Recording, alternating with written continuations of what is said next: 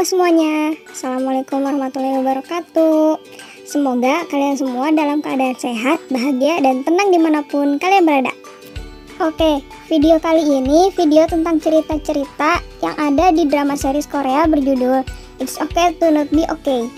It's Okay to Not Be Okay adalah salah satu drama Korea hits pada tahun 2020 yang bisa teman-teman tonton berulang di Netflix. Linknya akan aku sertakan di deskripsi ya, agar mudah teman-teman buat nyarinya lagi untuk menonton ulang. Drama ini menceritakan hubungan asmara tidak biasa antara dua orang yang akhirnya saling menyembuhkan luka emosional dan psikologi satu sama lain. Drama ini dibintangi oleh Kim So Hyun yang berperan sebagai Moon Gang Tae, kemudian So Ye Ji berperan sebagai Ko Moon Young, Oh Jun Se berperan sebagai Moon Sang Tae, dan Park Gyu Young berperan sebagai Nam Jori. Sebelumnya mohon maaf jika ada kesalahan pronunciation penyebutan artis-artisnya ya. Sebelum mulai ke inti videonya, aku coba share sinopsis singkat dari drama ini. Sinopsisnya adalah Moon Gang Tae yang diperankan oleh Kim So Hyun, ia seorang pekerja kesehatan komunitas di bangsal psikiatri yang tidak punya waktu untuk cinta, dan Ko Moon Young yang diperankan oleh So Ye Ji, dia adalah seorang penulis buku anak-anak sukses yang menderita gangguan kepribadian antisosial dan tidak pernah mengenal cinta. Setelah bertemu, keduanya perlahan mulai menyembuhkan luka emosional satu sama lain. Di sepanjang serinya, hal lain juga mulai terungkap tentang kebenaran masa lalu mereka yang telah menghantui hidup mereka. Itu gambaran singkat tentang dramanya. Untuk detail keseluruhan ceritanya, teman-teman bisa menontonnya langsung di Netflix ya. Di sini saya bukan mau membahas dramanya. Di sini saya ingin bercerita karya yang dihadirkan di drama ini, yaitu cerita-cerita anak yang ditulis oleh Ko Moon Young dalam drama dan oleh Ji sebagai penulis naskah aslinya. Dan ilustrasinya ditulis atau dibuat oleh Jamsan. Semua yang saya sampaikan di sini itu berdasarkan sudut pandang saya sendiri ya teman-teman. Jika ada yang memiliki pandangan lain, mari kita berdiskusi dan bijak di kolom komentar. Oke, kita lanjut.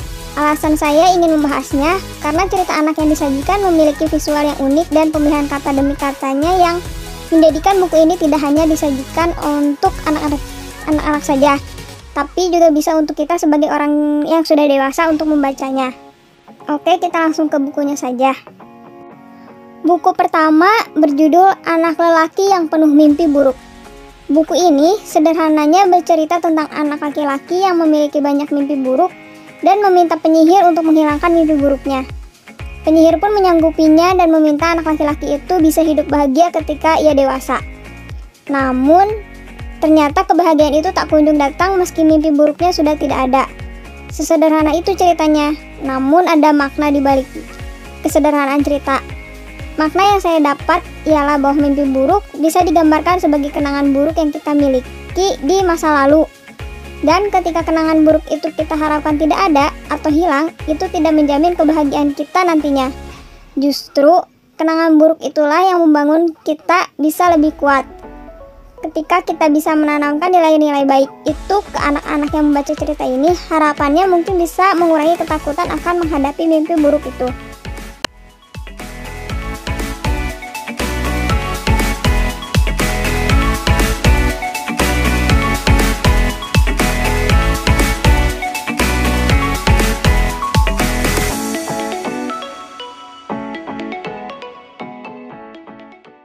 Buku kedua berjudul Anak Zombie.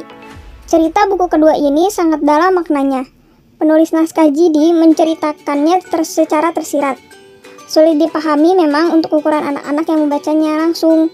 Memang perlu penjelasan lebih orang dewasa, dan ini juga bisa jadi nasihat untuk kita sebagai orang dewasa. Kenapa saya bisa berpendapat seperti itu?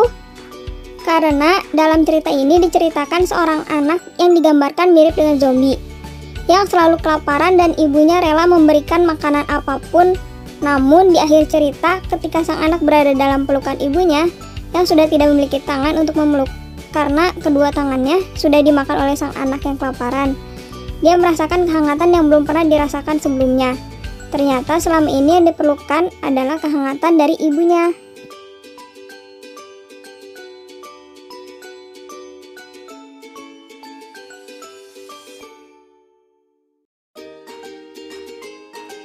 Buku ketiga berjudul Anjing Musim Semi.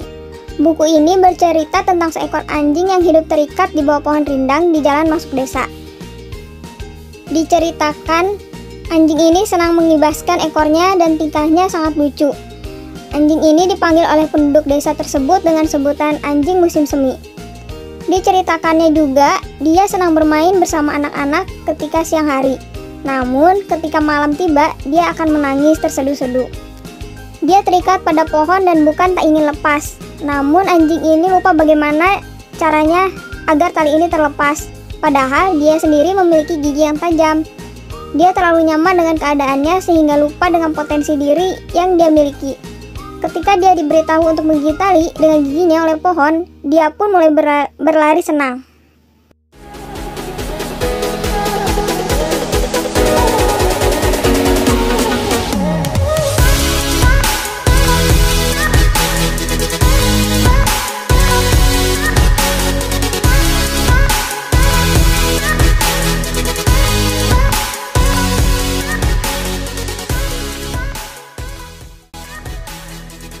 Buku keempat berjudul Tangan Ikan Monkfish. Buku ini berkisah tentang seorang putri cantik yang lahir dari keluarga kaya raya. Ibunya selalu menyuapinya ketika dia sudah mulai bisa makan. Ibunya juga dengan bersemangat mulai selalu menggendongnya ketika sang putri sudah bisa berjalan, agar lebih cepat sampai ke tujuan. Namun pada suatu waktu, sang ibu mulai kelelahan dan sudah ingin beristirahat. Sang ibu meminta tolong kepada putri cantiknya untuk mengambilkannya makan dan menggendong dirinya karena kaki sang ibu yang sudah kesakitan. Namun sang putri tidak mampu melakukan itu semua karena ia tidak memiliki tangan dan kaki. Keduanya hilang karena tak pernah digunakan oleh sang putri. Kemudian sang putri pun dibuang oleh ibunya ke laut karena dirasa tidak berguna.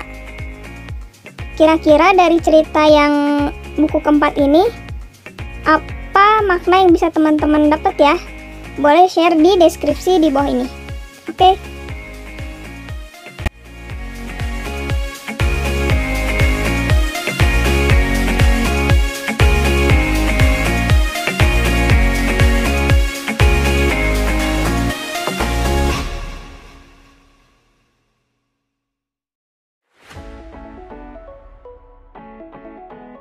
Buku terakhir, buku kelima, berjudul Mencari Wajah Asli. Buku ini berkisah tentang 3 orang yang wajah aslinya telah dirampas oleh penyihir bayangan. Ketiga orang itu adalah bocah lelaki yang memakai topeng, selalu tersenyum, putri kaleng yang selalu membuat keributan padahal kalengnya kosong, lalu orang terakhir adalah paman yang hidup terperangkap dalam kotak yang menyesakan. Penyihir bayangan diam-diam mengambil wajah asli mereka sehingga ketiganya tidak bisa mengeluarkan ekspresi yang menyebabkan mereka selalu bertengkar karena tidak bisa mengetahui isi hati satu sama lain. Mereka bertiga pun mulai berpetualang untuk menemukan wajahnya masing-masing. Pemuda bertopeng membantu ibu rubah yang mencari anaknya. Putri kaleng membantu badut yang sedang menari. Ketika keduanya berhasil, mereka berdua disembunyikan oleh penyihir bayangan dan meninggalkan paman seorang diri. Paman mencari mereka berdua dan untuk menyelamatkan bocah bertopeng dan putri kaleng itu, paman diharuskan melepaskan kotak yang menutupi wajahnya. Dengan keberaniannya, paman melepaskan dan mereka pun tertawa bersama. Topeng bocah pun lepas dan kaleng putri pun terlepas dengan sendirinya. Pada akhirnya, yang diambil oleh penyihir bukanlah wajah asli mereka, namun keberanian yang ada di dalam diri mereka.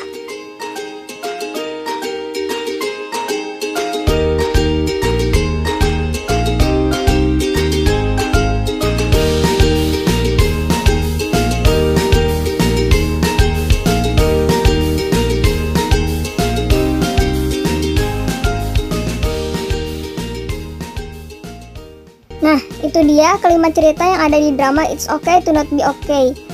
Karena dramanya berkisah tentang penyembuhan, maka dongeng-dongeng yang ada dalam ceritanya juga bercerita tentang penyembuhan, namun dikemas lebih ringan dengan gambar yang menarik. Sejujurnya aku salut sekali untuk semua tim yang terlibat. Dari saya sendiri untuk nilai buku ini itu sempurna, karena cerita-cerita yang disampaikan itu bisa masuk ke dalam hati kita. Oke, itu saja video dari kami. Jangan lupa untuk like, komen, share, dan subscribe. Terima kasih semuanya. Assalamualaikum warahmatullahi wabarakatuh. Bye-bye. Sampai jumpa di next video.